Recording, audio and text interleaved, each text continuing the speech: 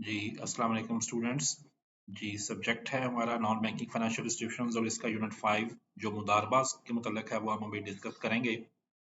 मुदारबा क्या होता है, मुदारबा की टाइप्स क्या हैं और इसमें इन्वेस्टमेंट रिस्क कौन से हैं, इसके एडवांटेज डिसएडवांटेज और इसके इश्यूज की आप बात करेंगे। तो सबसे पहले तो मुदारबा का कॉन्सेप्ट हम समझते हैं। मुदारबा का कॉन्सेप्ट ऐसा ही है जैसे यूनिट 4 में म्यूचुअल फंड का कॉन्सेप्ट पढ़ा।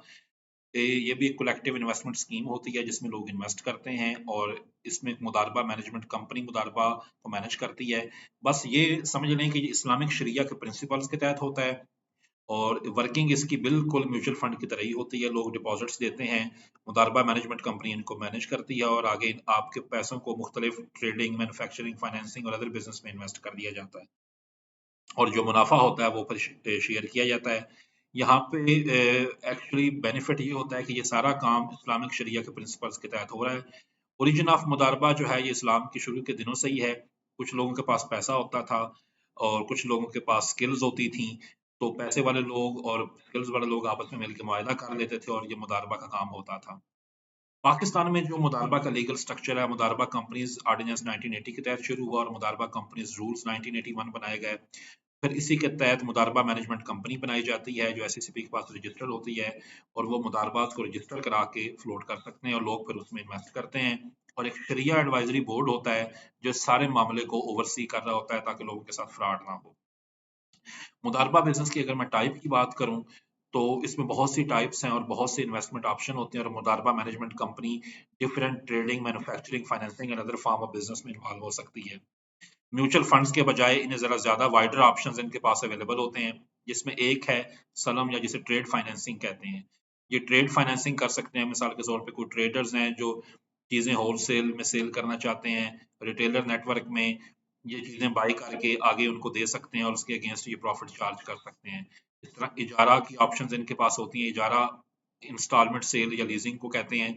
ये मशीनरीज वगैरह खरीद के आगे किस्तों पे लोगों को दे सकते हैं और उनसे रेंट वसूल कर सकते हैं और इस तरह इन्हें मुनाफा वसूल होगा। इस्तिस्ना की ऑप्शंस हैं। इस्तिस्ना भी एक फाइनेंसिंग मैकेनिज्म है जिसमें फाइनेंसिंग जो है वो लेवल ऑफ कंप्लीशन के हिसाब से की जाती है। जनरली ये कंस्ट्रक्शन सेक्टर के में इस तरह मुदारबा वाले इन्वेस्ट करते हैं। मुशारका फाइनेंसिंग है, पार्टनरशिप बेस्ड फाइनेंसिंग है जिसमें आप पार्टनर्स एग्री करते हैं किसी भी वेंचर को मुशारका की बेस पे फाइनेंस करते हैं, यानी कुछ पैसे मुदारबा वाले लगाएंगे, कुछ दूसरे इंडस्ट्री वाले लगाएंगे, मिलकर एक प्रोजेक्ट करेंगे और उससे जो मुनाफा आएगा वो आपस में शेयर करेंगे। मुराहबा कॉस्ट प्लस फाइनेंसिंग का मॉडल होता है जिसमें जो मुदारबा वाले होते हैं वो कुछ प्रोडक्ट्स या कमोडिटीज बाय करते हैं और आगे थर्ड पार्टी को देते हैं और प्लस अपना साथ प्रॉफिट मार्जिन कर देते हैं और जब वो चीजें सेल होती हैं तो फिर रिटर्न या मुनाफे शेयर किए जाते हैं। इस तरह मुसव्वमा का मॉडल है। अब इसमें कॉस्ट ट्रू नहीं बताई जाती लेकिन इसमें भी ट्रेड फाइनेंसिंग के वो सारे मैकेनिज्म लगाए जाते हैं और चीजें बायर तक पहुंचाई जाती हैं जिस पे फिर एक प्रॉफिट मार्जिन चार्ज किया जाता है। डिमिनिशिंग मुशारका का मॉडल है, ये भी इस्लामिक फाइनेंस का एक वे आउट है जिसके जरिए चीजें बायर तक पहुंचाई जाती हैं और इसमें वो एसेट पहुंचाया जाता है। जनरली कंस्ट्रक्शन सेक्टर में या होम फाइनेंसिंग में ये यूज होता है और फिर उसके बाद प्रॉफिट चार्ज किया जाता है।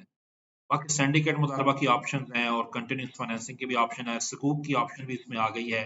लॉन्ग टर्म जैसे बॉन्ड्स होते हैं या टीएफसी सर्टिफिकेट्स होते हैं, इस तरह मुदारबा वाले सुकूक में भी इन्वेस्ट करते हैं या सुकूक इशू कर सकते हैं। अच्छा, मुदारबा बिजनेस में भी ज़ाहिर बात है रिस्क है, जैसे म्यूचुअल फंड में थे। मार्केट रिस्क होता है जी, ओवरऑल मार्केट ही डाउन हो जाए। रेगुलेटरी रिस्क होता है, बाद दफा फ्रॉडुलेंट ट्रांजैक्शंस हो जाती हैं या एससीसीपी के पास प्रॉपर रजिस्ट्रेशन इनकी ना हो। इस तरह सिस्टमैटिक रिस्क जो मार्केट में मौजूद है, ओवरऑल एक कंट्री की अगर इकोनॉमी डाउन हो जाए तो इनमें भी परफॉर्मेंस शायद इनकी बेहतर ना हो। फिर रिलीजियस रिस्क भी इसमें होता है, बाद दफा रिलीजन की कुछ इंटरप्रिटेशन आप पसंद करते हैं, कुछ नहीं करते। ऑपरेशनल रिस्क भी इनमें आ सकता है, अगर मुदारबा मैनेजमेंट कंपनी के अंदर मैनेजर्स अच्छे ना हों, फ्रॉड हो जाए तो ये भी इसमें मसाइल हो सकते हैं। हाँ, अगर मैं एडवांटेज की बात करूं तो एडवांटेज ये है टैक्स बेनिफिट मिलता है, जो आपको मुनाफा मिलेगा उस पे 90% तक इनके जो प्रॉफिट्स अगर ये डिस्ट्रीब्यूट कर दें तो उस पर टैक्स नहीं होता। इस्लामिक वे ऑफ वर्किंग है क्योंकि हमारी मेजोरिटी पॉपुलेशन मुसलमान है, तो ये तसल्ली होती है कि ये काम इस्लामी असूलों के मुताबिक काम कर रहे हैं। शरिया एडवाइजर्स इनको मॉनिटर कर रहे होते हैं और इनके पास वाइडर बिजनेस ऑप्शंस हैं। ये स्टॉक एक्सचेंज में भी इन्वेस्ट कर सकते हैं और भी तरीकों में इन्वेस्ट कर सकते हैं, मैन्युफैक्चरिंग सेक्टर, ट्रेडिंग सेक्टर। फिर इनके लिए कैपिटल रिक्वायरमेंट भी मिनिमम है, ये थोड़े पैसों से भी सर काम शुरू किया जा सकता है। मार्केट एक्सेप्टेंस भी इनकी होती है और मार्केट रिटर्न भी ये कैप्चर करते हैं।